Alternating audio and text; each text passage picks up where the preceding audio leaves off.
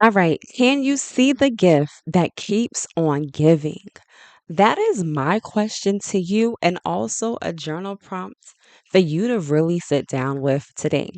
Welcome back, everybody. It's Tuesday, and it is your favorite podcast host, Jessica M. Harris. And we are back, you guys, with a brand new episode talking about Be the Gift. Now, I'm not going to lie, this episode was inspired by Dr. Erika Nicole Smith, who talked about the fact that for her birthday, which was yesterday, that she wanted people to really present themselves as the gift that God made them, the present that God bestowed brilliance within, and for them to essentially show up and show out with what God has placed on the inside. Now, I don't know about you, but I know that there was something that struck a chord inside of me when I heard it because I understood the concept that when we present ourselves as the best version of ourselves, we're choosing to not shrink back.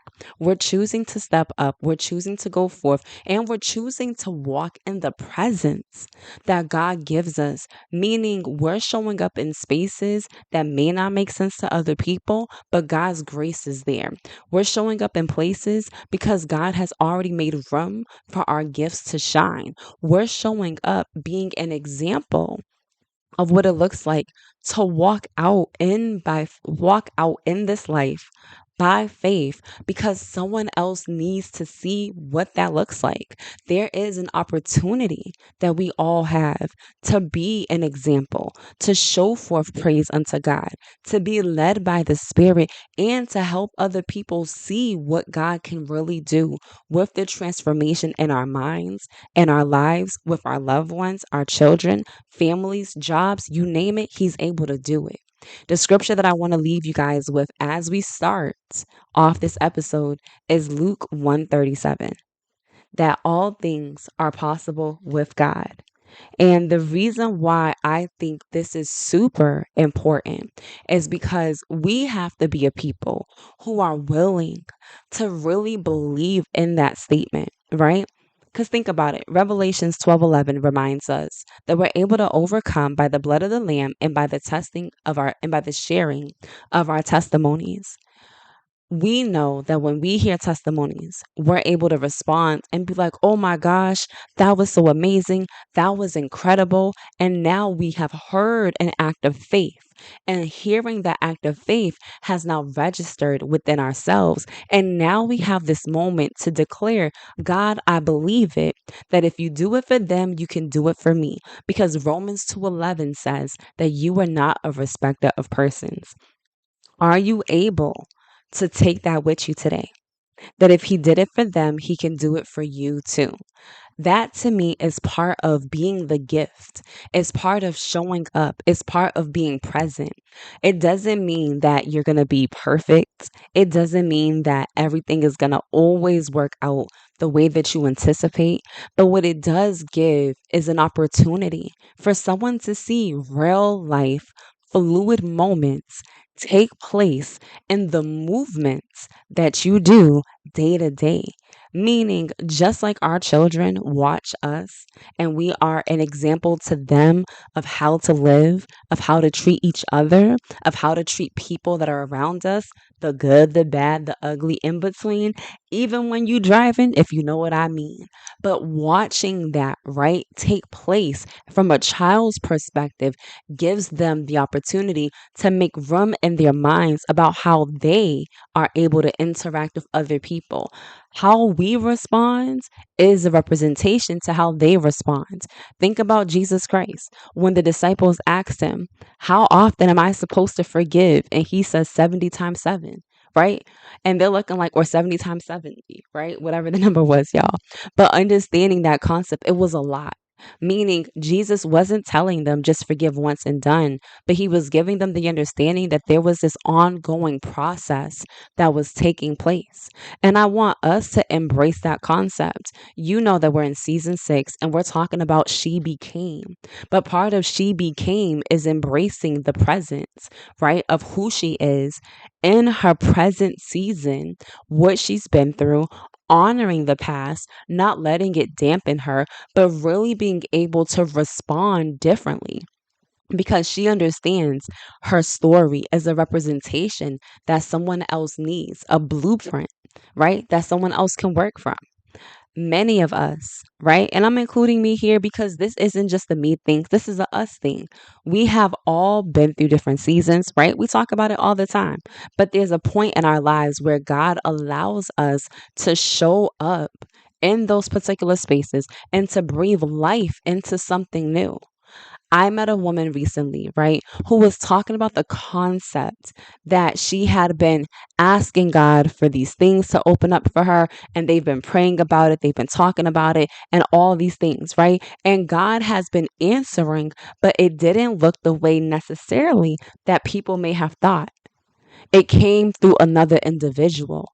And when they began to recognize that, wait a minute, I think what we've been looking for is happening right before us. It's something that I'm going to say could have easily been missed. Right? Because sometimes we're thinking that what we're looking for is the final product. And sometimes God gives us the eyes to see what exactly can be done, what is possible with Him in the room, and how it's able to be expanded into the vision that they have already called forth from the Lord to come to pass. Meaning, you can have, come on, I'm gonna use this example right here. You can be an employer, right, who hires a brand new person. And I've seen this actually take place with a lot of people. This even happened to me at one of my jobs years ago, where the employers have seen me and they're like, you don't necessarily have the exact experience for the job, but I see something in you. I see the potential. I see the ways in which you're able to handle people. I see the customer service that you bring, right? I see the ways in which you address people, right? You're not harsh with them. You're very kind. You're very you're, what is the word that they would use, God? Some of them, okay, so I'm trying to break this in a simple way. Some of them will use in the context that you're just very nice, right? And you're clearly wanting to help them to get the answer that they're looking for. So for me, for example, when I worked in housing, I would spend real time with people, asking them what was going on and really fine tuning my responses to them, because oftentimes they were coming to us angry, mad, upset. They had spent hours waiting to get seen, frustrated that paperwork that they submitted wasn't in the system registered. And now we were sitting here digging through files in hopes that we could find documents that were missing for months. Now, finally being made available because I took the extra 5 or 10 minutes to go searching for what it is that they may have sent months ago that would have had a better impact essentially on their particular situation. For those who are in housing, right, especially if you're under Section 8, there are a governing of rules, right, that you have to abide by when it comes to how much you make and how much you're earning and what documents are needed. And I remember for many of them, when it came to recertifications or having to change what it was that they were paying for rent, they needed to supply documents. And the problem is that sometimes documents didn't always make it in the right bucket. Sometimes the documents didn't make it to the right person, or sometimes that person had it, but they were so backed up that there was a delay in the process. And I'm sharing this part because I was in a position where I had to deal with that person. I wasn't the one that delayed your process, but I'm the person that you get to talk to today. And being the person of who I am, which is a child of God, I had to learn to not get so upset or offended when people would use different words with me, when people would try to cuss you out on the phone, right? When people would be angry towards you, because the reality was that I had to come to witness they're angry at a system that was broken, a system that didn't work for them. And here I am challenging this system by offering them the time, the space, the opportunity to share, to get off their chest what they needed to say, so that in fact I could impart to them wisdom and understanding, so that I could impart to them what they needed in order for them to begin to get the things that they needed so that progress could be made. And sometimes it's the simple gestures, smiling, listening, engaging, responding with an understanding attitude. So this way they understood that you weren't rushing them off, but that you simply were giving them what they needed. Did that mean that everything got fixed in those moments? No, not by a long shot. Oftentimes there were situations that would take place that I found myself frustrated at a system that I couldn't fix, and yet I wasn't the one who broke it. But yet there I was, this woman, this girl, not even girl, I was a woman, grown woman, looking at all these families who were trying to simply just make it to the other side of a day, of a moment, of a season that they were in. I'm sharing this particular aspect of this journey with you guys because sometimes we don't realize that the person who is going through just needs someone to smile at them. That sometimes the person who's going through just needs someone to understand their perspective for a moment, to hear them for a moment, to listen for a moment. Sometimes we just need to show up in the moment and allow what God wants to do to be done. I've watched those seasons with people in their lives, and I praise God because though they were going through a valley, they had an opportunity, even if it's just one encounter, to show them that they're seen, to show them that I care. I may not be able to fix it, but I care about the nature of the situation. And I'm sharing these parts because these are the moments that we as believers get to show up in every day as a gift to somebody else. And sometimes it's the small stuff. Sometimes it's praying with somebody so they too can gain just the peace of God in the moment, in the midst of a situation. Sometimes it's trusting in God's grace and mercy to be there right there in the midst of a storm and to remind them, but we still serve a really good God despite what you're going through. Sometimes it's the reminder that God is present and always in the room. And I'm telling you guys this story because I never want us to sit there and ever think that that isn't an area in our lives that can ever be adjusted. I'm telling you this because how we respond, how we treat people, it matters. And showing up as a gift, yes, it's about purpose. Yes, it's about all these things about, when we talk about business and ministry, it's all of those things too. But I need you to understand that before that happens, there's a person, there's an individual, there's a you that has to also walk boldly too. Meaning, before you get into those lanes and those gears, you as the individual has to empower who God has created you as the individual, as the daughter, as the son of God. And now we are walking in the boldness and strength that he brings. And now we are able to walk in his strength. And now we are able to see these pieces come forth. But the person matters, the individual matters. Where you are, it matters. And I'm sharing these with you all because the Bible tells us that we do unto others the way that we would want it to be done unto us, right? We love others with the love of Christ. We do unto people the way that we would want to do it. In other words, what we do it unto the Lord. All of these are principles, right, that God gives us in His Word. These are practices. These are areas where we show up as an example. This is where witnesses are able to be birthed, where witnesses are able to be born. Because just as a person who doesn't like church, hates the church, angry at church, angry at God, oftentimes is like that because there is a person or group that has done something significant to them. Whereas now you are essentially, I'm going to say, course correcting by showing up as what they needed to be able to turn the needle in a different direction. And I'm sharing these sentiments because sometimes we need that. Sometimes we need to be reminded of how good God is. Sometimes we need to be reminded that God is gracious, that God is able, that God is loving, that God is kind, that God cares for us. Sometimes we need that reminder in the midst. And when we show up in the present form as the gift that keeps giving, we're not stating that our lives are perfect, but we're understanding that Philippians 1:6 says that He is faithful to complete the good work in which he started. Meaning, me being able to say hey to you, to be an active listener when I'm talking to you, is because I know what it feels like to be on the other side. And I know what it feels like to be the person that would have run past your statement and keep talking. But I also know what it feels like where God says, Jess, I want you to slow down and listen. And then I do. And then I'm able to understand why those examples were so important. And I'm sharing these with you guys because these are the parts that I value so much in faith. It's the walk, right? It's the journey. It's how God keeps us. It's how God covers us. It's the moments that look like a puzzle that we begin to pull pieces from our past into our present, and we recognize and realize the value and the strength of understanding why when we show up, it matters. The representation, the example that someone else needs.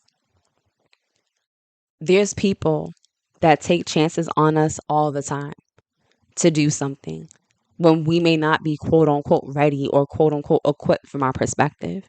And they do that because there's something that sparkles, something that shines in who you are. And I truly believe that in the refinement and what we go through in our experiences and how God keeps us and teaches us, that is the fine-tuned shine that they're witnessing, that maybe, just maybe, that glimpse that they're catching is the gloss, right, of a person who's been shined up after going through. Maybe what they're catching is the amber, right, that fire that's still being done in them. But God knows there's something in them that if they would take the time to work with them, then they would see exactly what God created in them. Don't let this be a season where you're quick to rush through, to pass by, to not see, to not seize the opportunity that's before you. But let this be the season where when God says step up, show out, be the gift, be present, be loving, be kind, that you do it anyway. Because his ways are higher than our ways. His thoughts are higher than our thoughts. And though people may have their own perspectives, their own feelings, whatever the case may be, there is a God in heaven who still sees. There's a God in heaven who still promotes us. There's a God in heaven who still brings us from a place, out of a place, and through a place to get to the right place because he understands the value. So will you allow yourself today to be the one that God sees? Would you allow yourself to be the one that someone else needs?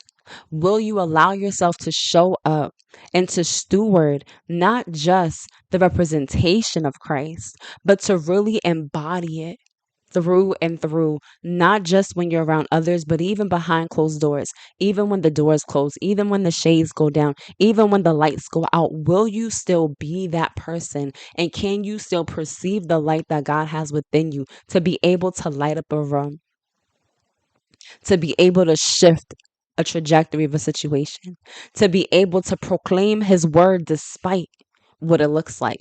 Will you be that one who can show up after a generation that may not have done it?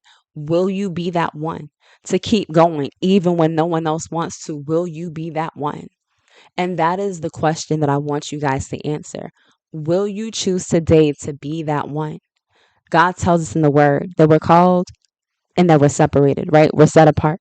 We're chosen. And not only are you chosen, but we're also made in his likeness, right? We're made in his image according to Genesis. So there's a purpose for what it is that we're called to do and how we're called to act and how we're called to respond. And this is all the details, right, of our lives, of the transformation that we see, right, according to Romans 12:2. Now, as we see this take place, this is a lot of what we're going to be talking about within the Ignite Your Glow community. It's a private community that is $33 per month. And part of this investment is one, I do believe that we grow where we invest. I do believe that. Part of the investment is allowing you an opportunity to get live teachings bi-weekly. You'll have worksheets, digital resources, and whatnot from there as well. But you're also going to gain a supportive community to walk with you in this faith walk journey. And it's not just in faith, but we're walking through you through your personal development. We're walking with you through the purpose that God is calling you to. And there will be opportunities to join other courses and things of that nature as well in this process. And the reason why this community I feel is so important is because there is women who are here who need to be around other people so they can see themselves from a version that God sees them, not just from the place that they've been, but from the place that God is calling them to. And I believe wholeheartedly that our lives are blueprints and that we are set apart. And that I believe by faith that there are people that are called to how I talk, to how I speak, to what I'm purposed to do, to what I'm called to do, that need to be in this room. So, if you are a woman of God who believes that this community is for you, that you are set apart, that you are on fire for God, and that you are ready to walk in the boldness and strength, and I'm going to add even in media as well. It may not necessarily be that you have to be in media, but if you feel like your voice is needing to go beyond just your journal, then join us as we go forth and do something great in this season. So that is what I wanted to add to you guys today because I am excited with you. I am excited to be moving with you in this season and to walk with you in purpose. So, again, I'm Jessica M. Harris. Welcome, everybody, to the podcast. And I look forward to having you guys join me. And listen, one thing I would ask you guys today to do is to write down the vision again, right? Write down the vision. Write down the vision that God has. Write it down. Ask Him, God, what is the vision you have for me? And rewrite it today. Take a look at it and ask Him to blow a wind over it and to show you who He's bringing you for collaborations, for divine partnerships, and so much more. Peace and blessings, you guys. Make sure you have liked, share, and subscribed. Follow as well and give our episode a rating so we can boost it up on the algorithm. Again, this is Ignite Your Glow, the podcast, and we are here every Tuesday. Peace and blessings. Have a great day.